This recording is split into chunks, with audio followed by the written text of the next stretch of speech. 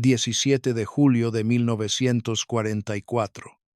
El depósito naval de Port Chicago, a orillas de la bahía de Suisun, está iluminado como una obra en construcción que pretende escapar de la noche. Los reflectores deslumbran los cables de acero, los techos de los vagones y la oscura superficie del agua. El muelle de madera cruje bajo el peso de la carga, la maquinaria y los trabajadores. A un lado se encuentra el buque Liberty E. A. Bryan, ya cargado de bombas, proyectiles, cargas de profundidad y pólvora negra. Cerca de allí, Victoria de Quinault te espera en el mismo muelle. El aire huele a sal, madera caliente, combustible y polvo metálico. Los cabrestantes traquetean. Las grúas de carga se balancean, las órdenes resuenan en la oscuridad. Entonces, a las 10:18 p.m. todo el lugar deja de ser un muelle y se convierte en un infierno. Los testigos registran primero un fuerte estruendo metálico, algo abrupto y extraño dentro del ritmo de la carga. Luego viene un destello en el muelle. Unos segundos después, la detonación principal llega con una fuerza más allá del lenguaje ordinario. Atraviesa barcos, vagones, madera y cuerpos humanos al mismo tiempo. La explosión lanza acero en llamas al cielo. Arrasa A. Bryan apart. Lo destroza Victoria de Quinault. El impacto pulveriza el muelle de tal manera que la estructura parece desvanecerse de la tierra. La onda expansiva se propaga por el agua y llega hasta la ciudad. Los cristales estallan a kilómetros de distancia. Los edificios tiemblan en toda el área de la bahía. Los sismógrafos registran posteriormente el temblor como si fuera un terremoto. En el centro de todo están los estibadores y marineros, sin tiempo para huir ni espacio para sobrevivir. Hombres que instantes antes manipulaban la carga siguiendo órdenes, ahora se encuentran en una zona de destrucción instantánea. En los primeros segundos no hay intentos de extinguir el fuego, no hay una huida organizada, solo calor, madera destrozada, acero volando y un estruendo tan violento que parece borrar el sonido mismo. Luego llega el humo, las llamas, los escombros que caen y el silencio atónito que sigue a la destrucción total. Cuando comienza el recuento, hay 320 muertos y aproximadamente 390 heridos. Nadie que trabajara en el muelle sobrevivió. Los cuerpos quedaron tan destrozados que algunos jamás podrán recuperarse por completo. Esto no es un campo de batalla en el extranjero, es un puerto de municiones estadounidense. Es un lugar de trabajo, es un desastre evitable. Nacido en la oscuridad, bajo los reflectores y con estricta disciplina, y antes de que se pueda determinar la causa, un hecho ya es evidente. Se concentró demasiada fuerza explosiva en un solo lugar, y se confió en ella a demasiados hombres. El puerto de Chicago existe porque la guerra genera una demanda que la infraestructura ordinaria no puede satisfacer. Para 1944, la campaña del Pacífico consumía municiones a una escala que no se medía en cajas ni en trenes, sino en sistemas industriales completos. Proyectiles, bombas, minas, cargas de profundidad y pólvora se desplazaban hacia el oeste en una cadena implacable desde las fábricas del interior hasta la costa de California y desde allí a los buques de carga con destino a una guerra en un océano lejano. En el puerto de Chicago, el aire nocturno transportaba el olor a creosota, fuel oil, madera mojada y material de embalaje explosivo. Llegaban vagones de carga pesados. Las grúas se balanceaban sobre nuestras cabezas. Los ganchos de acero golpeaban el metal con un sonido metálico y nítido. Bajo la rutina, la presión era constante. La guerra no se detenía, por lo que el muelle tampoco. El polvorín naval se estableció en 1942 para resolver un problema logístico que se había vuelto urgente tras Pearl Harbor. Estados Unidos necesitaba un punto de transbordo de municiones rápido y de gran volumen en la costa oeste, y Port Chicago se convirtió precisamente en eso. Se transformó en la mayor instalación de carga de municiones de la Armada en la región. Grandes cantidades de armamento pasan por este sistema de muelles en su camino al teatro de operaciones del Pacífico. La lógica es brutalmente simple. La munición, fabricada en todo el país, viaja por ferrocarril hasta la bahía. Allí se transfiere directamente a las bodegas de los barcos para operaciones de combate a miles de kilómetros de distancia. Cada retraso en el muelle se convierte, en la lógica militar, en un retraso en el frente. Esa exigencia moldea la cultura del lugar. La velocidad se convierte en virtud, la precaución en fricción. Los hombres que realizan la carga son, en su inmensa mayoría, jóvenes marineros negros alistados en una armada segregada. Aproximadamente 1,431 marineros negros prestan servicio en Port Chicago bajo el mando de 71 oficiales blancos. La división del trabajo es clara y desigual. Los marineros negros manejan la munición. Los oficiales blancos dan órdenes, miden, presionan y juzgan. Esta situación se considera normal porque la institución así lo afirma, pero la estructura misma ya contiene las condiciones del desastre. El trabajo más peligroso se asigna a los hombres con menos poder para cuestionarlo. Para los trabajadores del muelle, la guerra no es una abstracción. Es peso en las manos, vibración en las tablas, sudor bajo los reflectores y fatiga que arrastran de turno en turno. Les dicen que la velocidad conduce a la victoria. No les dicen que la velocidad también elimina el margen entre el trabajo peligroso y la muerte masiva.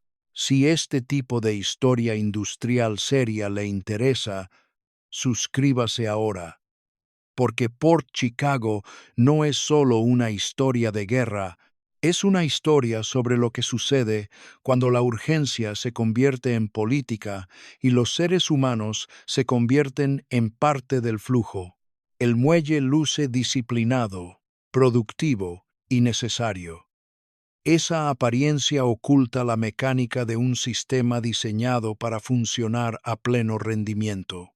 A la luz del día y bajo los reflectores, el muelle puede parecer casi ordenado. Los vagones de carga se alinean, los cables se tensan y se sueltan, las redes de carga suben, se balancean y bajan con precisión mecánica. Los hombres se mueven en equipos sobre tablones de madera oscurecidos por el aceite, el polvo y la humedad de la bahía. El metal choca contra el metal con un repiqueteo sordo y repetitivo. Los cabrestantes vibran, las plumas crujen sobre nuestras cabezas. El agua bajo el muelle se mueve silenciosamente en la oscuridad, y toda la operación aparenta estar bajo control. Ese es parte del peligro. Un sistema construido para manejar explosivos de gran volumen no siempre se manifiesta con un caos visible. A veces parece disciplinado, a veces parece eficiente, a veces parece seguro porque aún no ha fallado. El puerto de Chicago funciona como punto de transferencia en una vasta cadena de suministro bélica. La munición llega por ferrocarril desde las fábricas del interior, bombas, proyectiles, cargas de profundidad y pólvora se descargan de los vagones, se clasifican, se colocan en redes de carga, se izan con equipos a bordo de los barcos y se bajan a las bodegas de los cargueros con destino al Pacífico. El proceso es sencillo de describir, pero letal si se maneja incorrectamente. La noche del desastre. El barco Liberty A. Bryan L. Muelle alberga en conjunto 4.606 toneladas de munición. Esta cifra es importante porque el peligro de una explosión es acumulativo. Un solo proyectil es peligroso. Miles de toneladas acumuladas en un muelle se convierten en una reserva concentrada de energía a la espera de un detonante. La operación también exige continuidad. Los barcos deben cargarse según lo previsto. El tráfico ferroviario debe mantenerse en marcha. La munición no puede permanecer inactiva durante mucho tiempo sin ralentizar el esfuerzo bélico general. Esta presión convierte el muelle en algo más parecido a una cadena de montaje que a un puerto. El trabajo nocturno continúa bajo luz eléctrica. Las cuadrillas se turnan en labores agotadoras.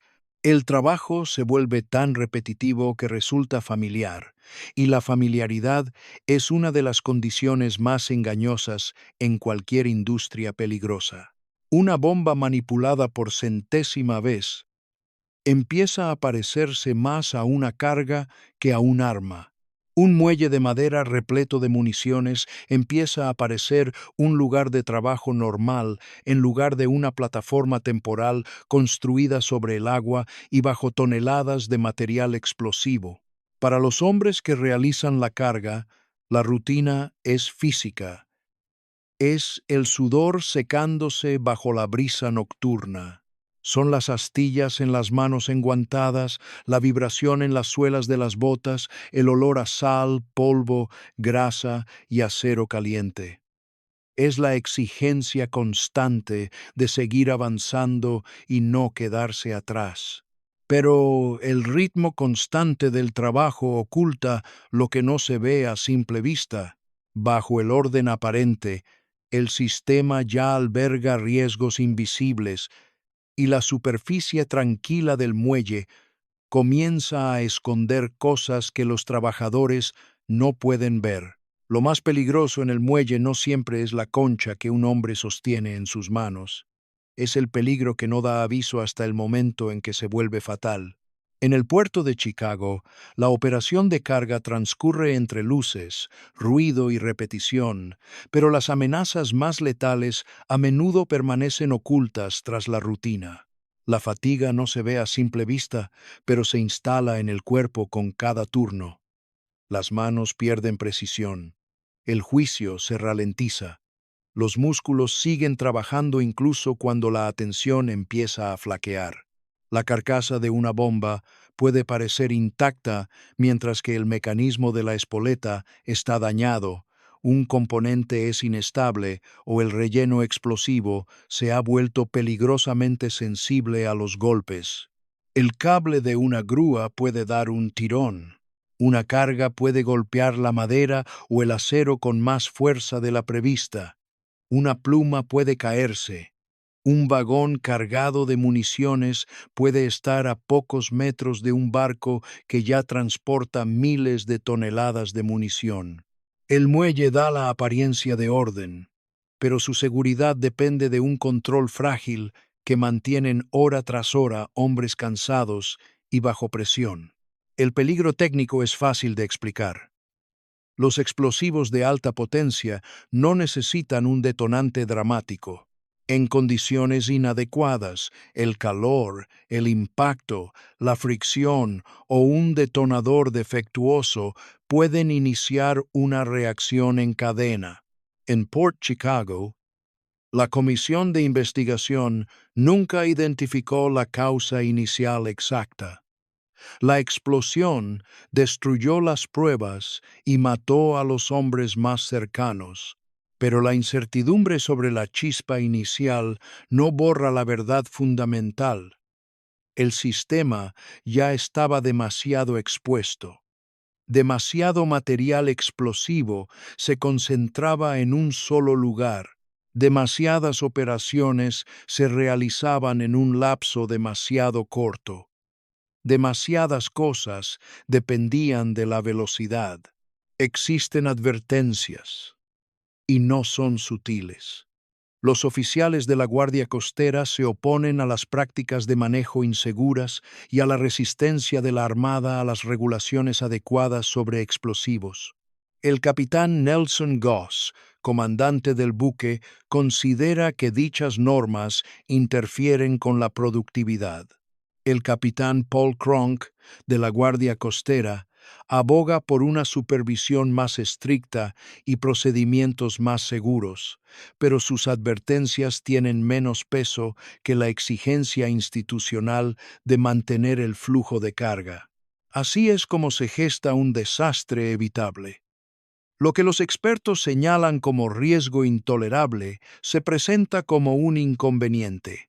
Lo que los trabajadores no pueden detectar por sí mismos queda bajo el control de la gerencia, y la gerencia prioriza la producción. Para los hombres en el muelle, la impotencia no parece dramática.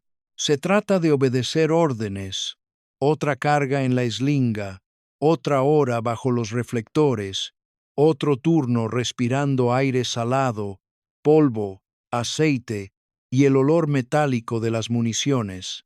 Se espera que confíen en un sistema que no diseñaron y que no pueden detener. Deja tu opinión en los comentarios.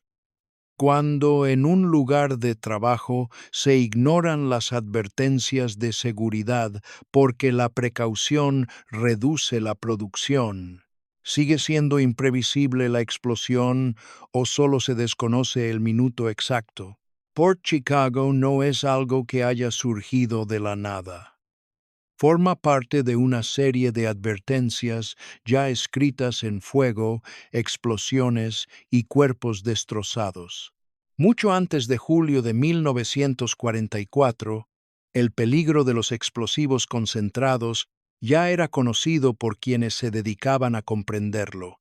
En 1926, el desastre del lago Denmark, en el depósito naval de municiones de Nueva Jersey, causó la muerte de 19 personas e hirió a muchas más cuando un rayo impactó en los depósitos de municiones y desencadenó una cadena de detonaciones. Las explosiones arrasaron el depósito con tal fuerza que cambiaron la forma en que la Armada concebía el almacenamiento de municiones. La distancia comenzó a ser más importante. La separación comenzó a ser más importante. La lección básica es clara. Cuando grandes cantidades de material explosivo se acumulan demasiado cerca, un solo evento desencadenante puede convertirse en muchos. Sin embargo, conocer un principio no es lo mismo que obedecerlo bajo presión. Luego, en mayo de 1944, apenas unas semanas antes del ataque a Port Chicago, el dique de West Lock en Pearl Harbor entró en erupción durante los preparativos para la invasión de las Marianas. Buques de desembarco cargados de municiones y combustible se incendiaron y detonaron en secuencia. Una explosión alimentó la siguiente. El agua devolvió las llamas y los escombros. El acero se dobló. Los hombres murieron quemados, ahogados o aplastados. El balance oficial alcanzó los 163 muertos y casi 400 heridos. Una vez más, el patrón se hizo evidente. Carga densa, proximidad peligrosa, urgencia bélica y sistemas que operaban a un ritmo vertiginoso, reduciendo los márgenes de seguridad hasta casi desaparecer. Y el patrón no termina ahí.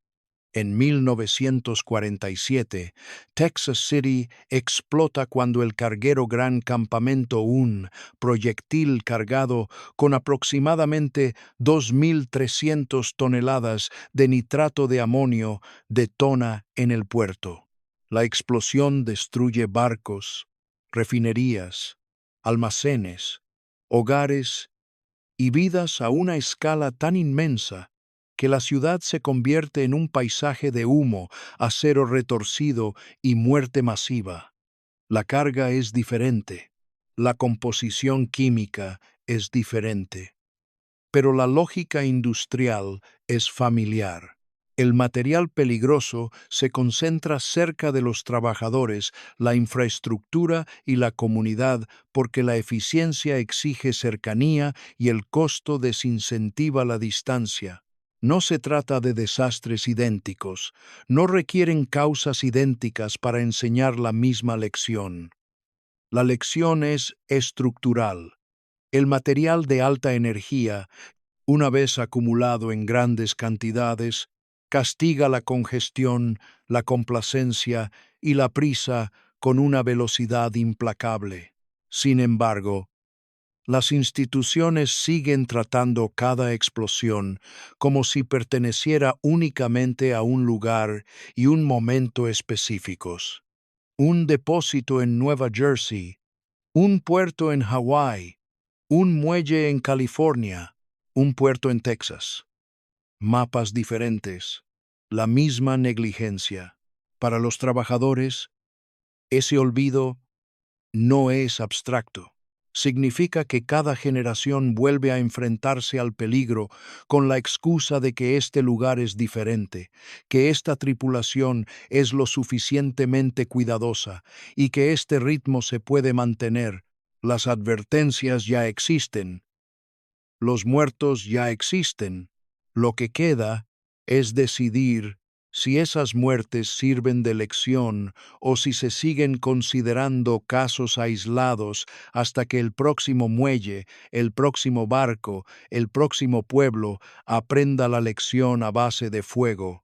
El muelle no se alza solo en aguas vacías. Se encuentra junto a casas, calles, cuarteles, cocinas y lugares donde se duerme. En 1944, Port Chicago no era un remoto campo de pruebas aislado de la vida cotidiana. Era un depósito de municiones navales pegado a una ciudad civil y a la rutina de la América de la guerra. La costa soportaba dos tipos de tráfico simultáneamente. Por un lado, los vagones de ferrocarril transportaban bombas, proyectiles, cargas de profundidad y pólvora al muelle. Por otro, las familias vivían al alcance de esa misma fuerza industrial, confiando en que la valla representaba el control. La ciudad se encontraba a poco más de 1,5 kilómetros de la zona de carga. Por la noche, la gente oía la maquinaria del puerto. Veían los reflectores brillando sobre el muelle. Vivían con el estruendo del tren, el golpeteo metálico de la carga, el sordo rugido industrial que se convertía en parte del paisaje cotidiano. El peligro estaba lo suficientemente cerca como para vibrar a través de las ventanas, pero lo suficientemente familiar como para ser tratado como algo normal. El depósito funciona sin interrupción. La carga de municiones se realiza en 3 turnos de 8 horas, día y noche, porque la demanda bélica no cesa al anochecer. Esto significa que el peligro no es ocasional, sino permanente. Los hombres terminan un turno exhaustos, con los hombros doloridos y las manos sucias de polvo y grasa, mientras otro equipo toma su lugar bajo las mismas luces y la misma presión. En términos técnicos, se trata de una operación de municiones de alto rendimiento ubicada cerca de una comunidad poblada Cuanto más cerca estén los barcos, los vagones, las áreas de almacenamiento y la ciudad, menor será el margen de seguridad en caso de un accidente. La distancia es una de las protecciones más antiguas en el manejo de explosivos. Port Chicago no cuenta con la suficiente. Tanto para los trabajadores como para las familias, el riesgo se vuelve cotidiano. Así es como sobreviven los sistemas peligrosos.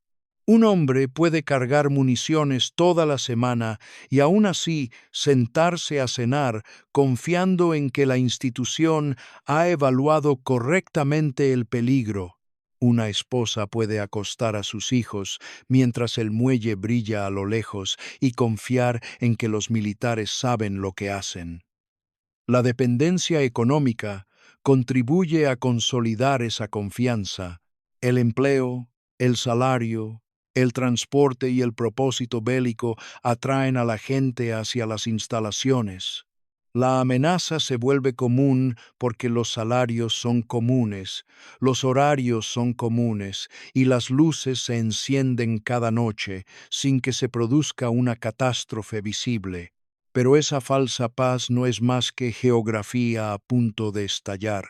El pueblo, los cuarteles, el muelle y los barcos existen bajo la misma lógica de proximidad, y una vez que se concentra suficiente fuerza explosiva en un lugar, la vida cotidiana deja de estar protegida por la rutina. Simplemente permanece cerca, esperando el primer destello. A las 22:18, el muelle deja de ser un lugar de trabajo y se convierte en un arma. Los hombres que se encuentran allí no reciben aviso con suficiente antelación como para usarla. El turno de noche ya está en marcha en Port Chicago. Los reflectores bañan el muelle con un resplandor blanco intenso. Los tablones de madera brillan por la humedad, el aceite y el polvo. Las grúas de carga se balancean sobre las bodegas. Los cabrestantes vibran y se tensan. Los cables de acero zumban bajo carga. A un lado del muelle, el barco Liberty E. Ah, Brian está casi lleno de bombas, proyectiles, cargas de profundidad y pólvora. Por otro lado, Victoria de Quinault está amarrado y preparándose para la carga. Cerca, hay vagones de carga repletos de más munición cuyas paredes metálicas conservan el calor del día. Los hombres trabajan en este entorno como si fuera manejable, porque el sistema así lo exige. Entonces algo cambia. Testigos describen más tarde un sonido metálico agudo, abrupto y extraño que rompe el ritmo habitual del muelle. Podría ser una botavara que se cae. Podría ser la carga que golpea con más fuerza de la debida. Podría ser la primera señal física de un fallo que nadie tiene tiempo de interpretar. Hay un destello. Una pequeña detonación o incendio comienza en el muelle. Durante unos segundos, el desastre aún es localizado, aún es posible describirlo físicamente. Luego, llega la explosión principal y la descripción empieza a fallar. La secuencia técnica es simple en principio y catastrófica en la práctica. Los explosivos de alta potencia, almacenados y manipulados en concentración, no solo arden. Una vez que la detonación se propaga desde un punto inestable a las municiones adyacentes, la energía se multiplica más rápido de lo que la reacción humana puede seguir el ritmo. En Port Chicago, miles de toneladas de municiones se acumulan a lo largo del muelle, los vagones de carga y la bodega de Brian Eso, significa que el primer fallo no es el desastre total, es solo el detonante.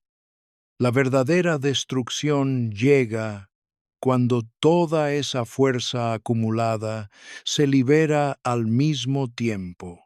Para los trabajadores del muelle, escapar es prácticamente un concepto sin sentido. El primer destello llega demasiado cerca. La segunda detonación llega demasiado rápido. El calor supera la respiración. La presión supera el pensamiento. Los hombres que manipulan la carga son aplastados, quemados, desmembrados o simplemente borrados en el acto. Brian está destrozado. Victoria de Quinault, el muelle de madera, queda destrozado. Vagones, grúas y aparejos de barco se convierten en proyectiles. El aire se llena de fuego, madera astillada, acero retorcido, humo y el olor metálico de la maquinaria destrozada. El estruendo es tan inmenso que parece silenciar cualquier otro sonido en la noche. Entonces llega un nuevo y terrible sonido. Escombros que caen entre el humo y las llamas hacia la bahía y sobre lo que queda de la costa. No hay una respuesta ordenada en el centro, porque ya no hay un centro desde el cual responder. Los hombres más cercanos a la explosión no mueren lentamente. Son consumidos por un desastre evitable, provocado por la proximidad, la velocidad y la confianza de las autoridades.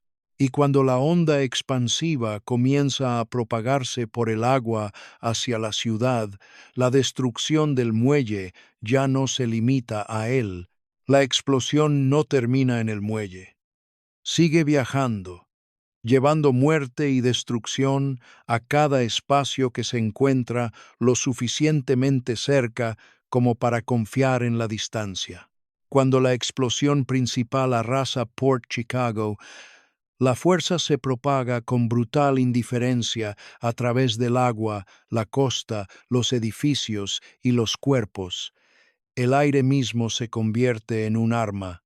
La onda expansiva impacta contra las estructuras alrededor del depósito, destrozando ventanas, astillando marcos, arrancando puertas de sus bisagras y lanzando cristales a través de habitaciones donde hombres y civiles ni siquiera han visto el origen del fuego.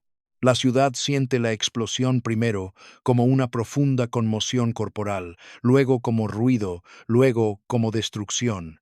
Las paredes tiemblan, los techos se estremecen, el polvo cae de los techos, la bahía devuelve el rugido. Por un instante, el espacio ordinario deja de comportarse con normalidad. El sonido llega como violencia, la vibración se convierte en daño, el alcance físico de la destrucción es inmenso. Grandes trozos de Victoria de Quinault son lanzadas a más de 500 yardas en la bahía de Suisun. La explosión es registrada posteriormente por sismógrafos como un pequeño terremoto de magnitud 3.4. Testigos lejos del muelle sienten cómo las ventanas se doblan y los pisos se mueven bajo sus pies.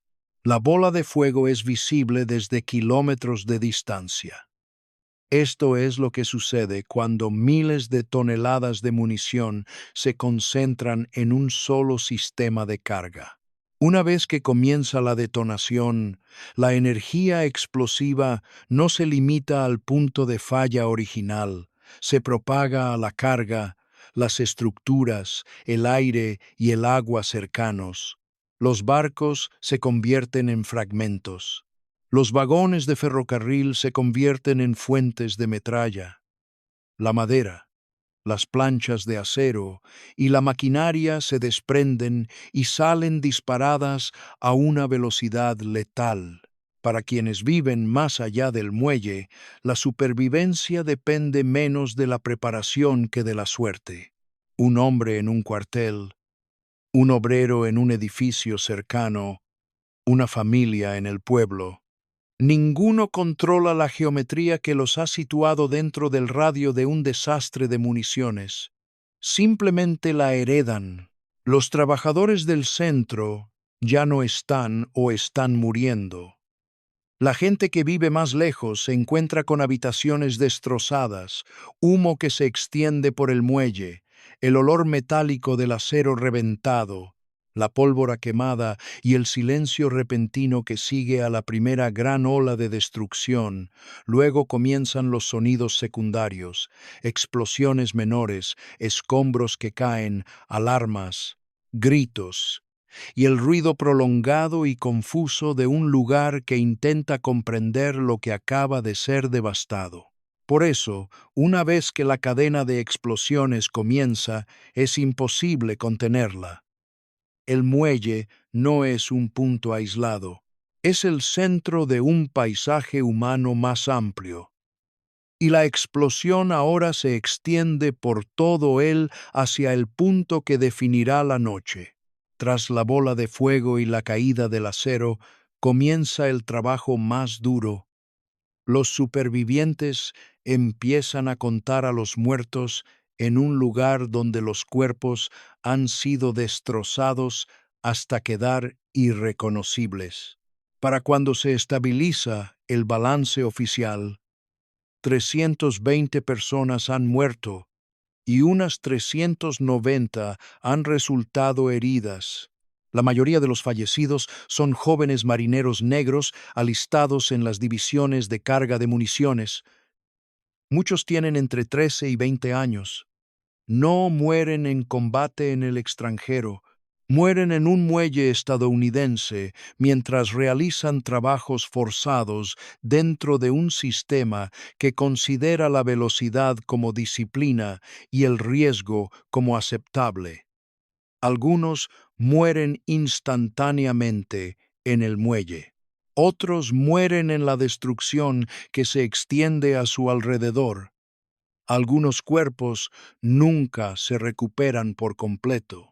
La explosión es tan violenta que los restos humanos quedan dispersos, quemados, fragmentados o simplemente borrados entre los escombros. La costa se convierte en lugar de trabajo y tumba a la vez. Técnicamente, esto es lo que provoca una detonación masiva a corta distancia. La presión de la explosión aplasta órganos y estructuras por igual. La fragmentación atraviesa la carne con la fuerza de una máquina. El calor incendia madera, combustible, ropa y piel. En un desastre de esta magnitud, la recuperación no es un proceso sencillo de rescate e identificación, es una excavación a través de madera astillada, metal retorcido, lodo, ceniza, humo y el olor metálico del acero quemado y los residuos de la explosión. Los hombres que buscan en el lugar no se mueven a través de una escena de destrucción ordenada, se mueven a través de la aniquilación. Para las familias, la incertidumbre agrava la herida. Madres, padres, esposas, hermanos y hermanas esperan nombres y algunos nunca reciben el consuelo de un regreso completo. Los muertos se convierten en telegramas, listas, frases oficiales y restos desaparecidos. La comunidad cercana absorbe el dolor junto con la destrucción física. Se barren los cristales de los suelos. Los edificios permanecen dañados. Los trabajadores que sobreviven cargan con las heridas, el shock y el recuerdo del estruendo que vacía la noche y deja tras de sí un silencio en el que nadie confía. La base sigue existiendo. La guerra sigue exigiendo carga. Pero para quienes se quedaron atrás, el tiempo ya se ha dividido en dos, antes de la explosión y todo lo que vino después. En Port Chicago, el duelo es inseparable del trabajo, pues es precisamente en el trabajo donde se producen los asesinatos. Y una vez contabilizados todos los muertos, la siguiente pregunta se centra en la institución que creó las condiciones para sus muertes y en si está dispuesta a asumir la responsabilidad. Tras una explosión de esta magnitud, el público espera la verdad. Lo que recibe es un documento que roza el límite de la responsabilidad y luego se niega a cruzarlo. Entre las ruinas del puerto de Chicago, la Armada convoca una comisión de investigación. Los oficiales recogen testimonios, inspeccionan lo poco que queda del muelle e intentan reconstruir una explosión que ha destruido sus propias pruebas.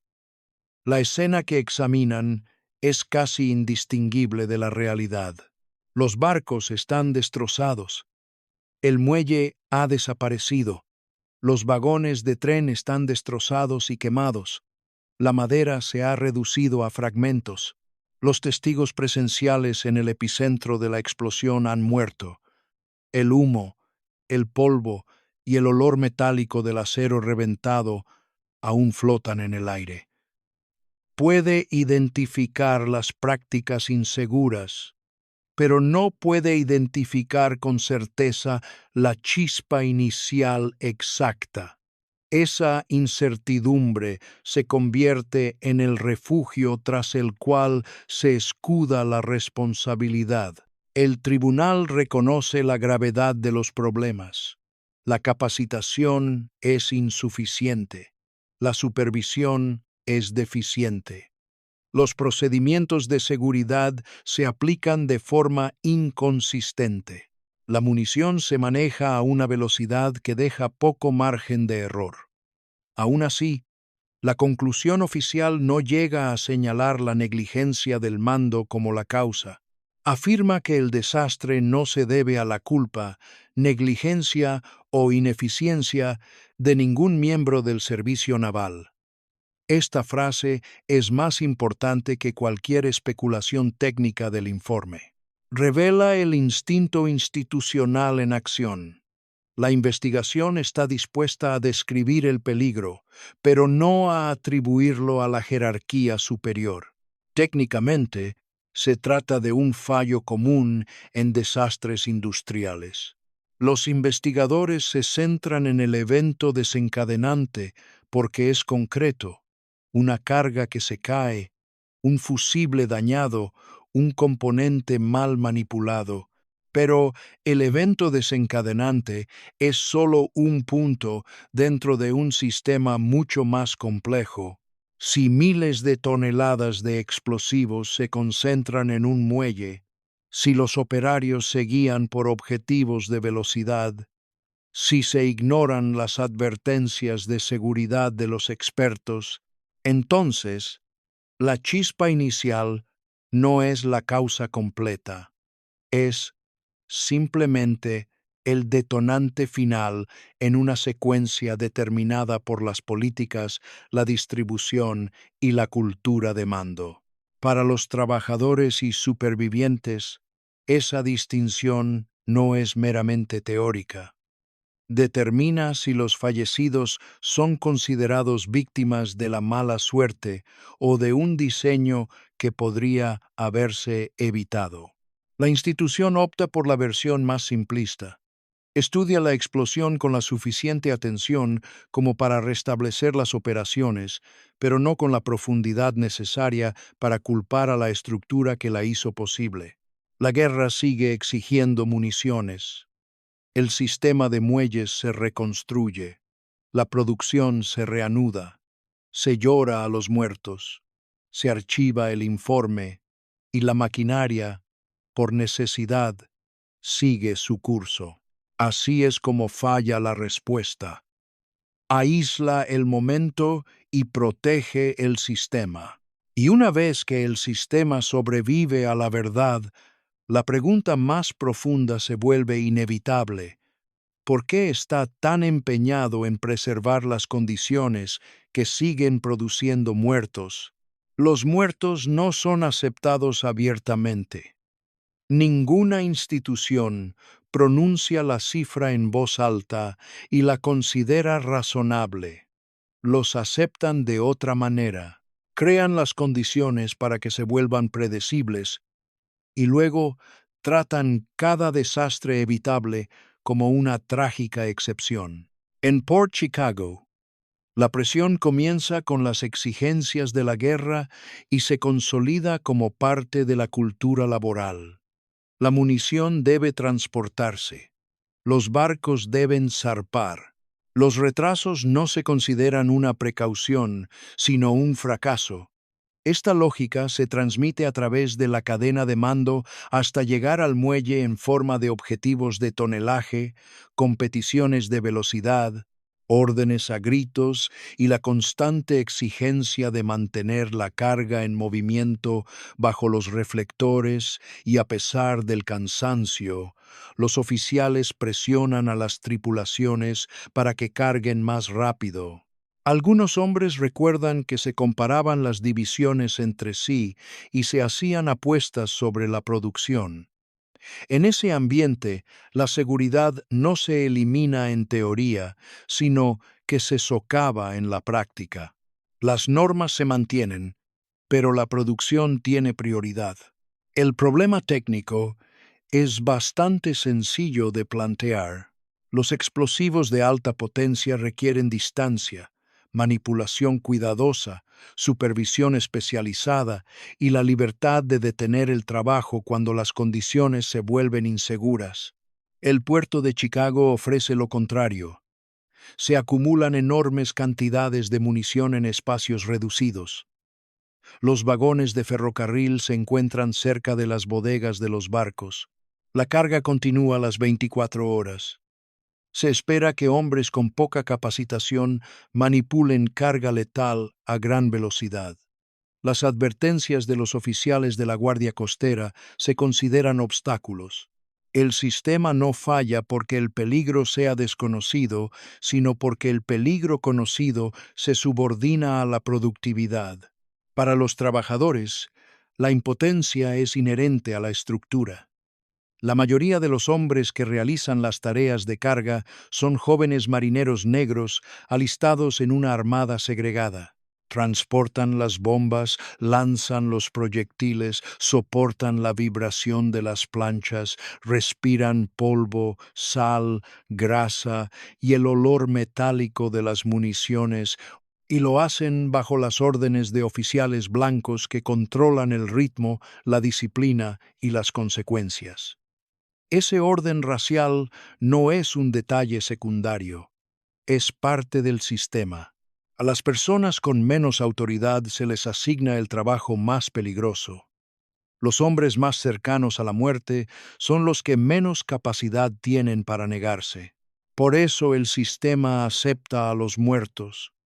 Detenerse cuesta dinero, tiempo y prestigio. Ralentizar el ritmo amenaza los plazos. Admitir el riesgo conlleva responsabilidad. Continuar es más fácil hasta que se convierte en algo monstruoso. Entonces, el lenguaje cambia. Las muertes se vuelven lamentables. La causa se vuelve incierta.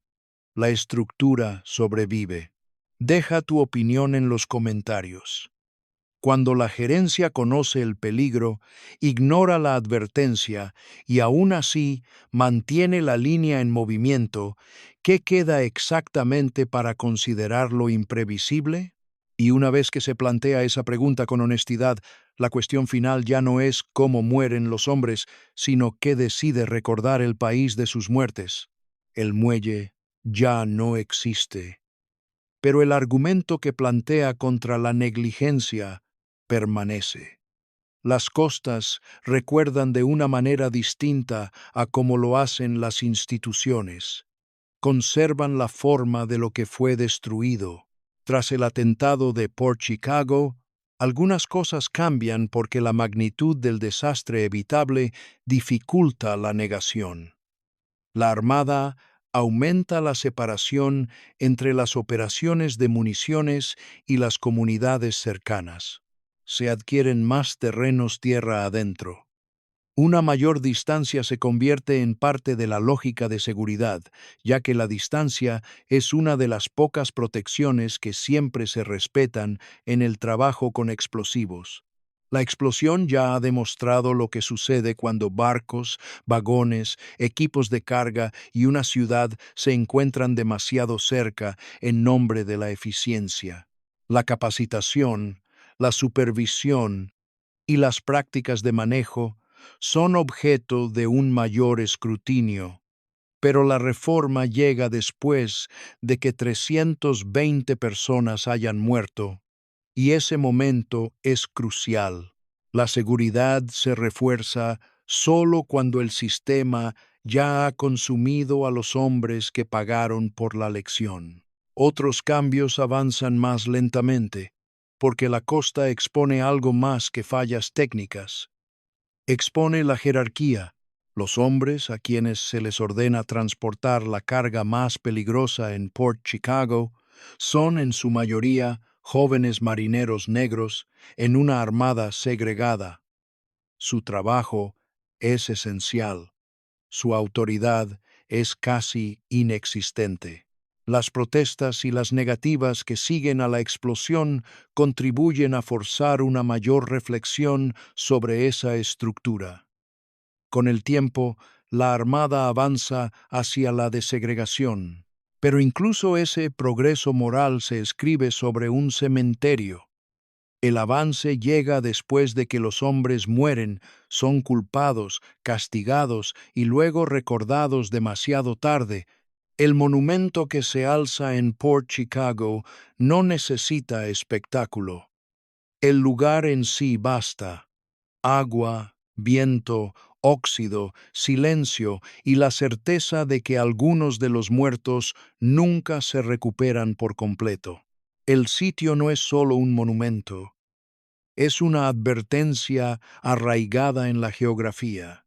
Siempre que en un lugar de trabajo se decide que la productividad importa más que la precaución, que las normas de seguridad son negociables, que se puede exigir más a los trabajadores exhaustos y que las personas vulnerables pueden asumir el riesgo, la misma lógica se repite. La maquinaria puede parecer más moderna, el lenguaje puede sonar más refinado, la estructura subyacente es familiar. Esa es la lección final grabada en la costa. La codicia no siempre se manifiesta como tal. A veces se presenta como urgencia, necesidad, cuotas y la negativa a detener la línea. El puerto de Chicago muestra dónde termina esa negativa. Si este tipo de historia conmemorativa te interesa, suscríbete, comparte esta historia y deja un comentario indicando qué crees que los muertos siguen intentando enseñar a los vivos.